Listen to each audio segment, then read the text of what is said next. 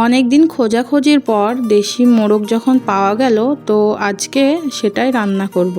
তো এই যে ফার্স্টে মাংসটা ভালো করে ফ্রেশভাবে ধুয়ে নেওয়ার পর একটা কড়াইতে তেল গরম করে নিয়ে তার ভিতরে আগের থেকে কুচনো পেঁয়াজ দিয়ে ভালো মতো একটু নেড়ে চেড়ে আদা রসুন পেস্ট দিয়ে কষিয়ে তার উপর যাবতীয় ঘরোয়া মশলাপাতিগুলো দেওয়ার পর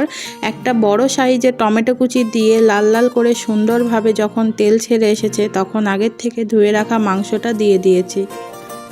তারপর এই যে মাংসটা এপিট ওপিট করে ভালো করে মশলার সাথে মেশানোর পরে সুন্দরভাবে কষিয়ে অনেকটা সময় নিয়ে কষিয়ে তার মধ্যে যখন তেল ছেড়ে এসছে জল ঢেলে দিয়ে এই যে মাংসটা লো ফ্লেমে রেখে বেশ অনেক সময় নিয়ে সিদ্ধ হতে দেব, কারণ দেশি মুরগির মাংস তো সিদ্ধ হতে একটু বেশি সময় লাগে।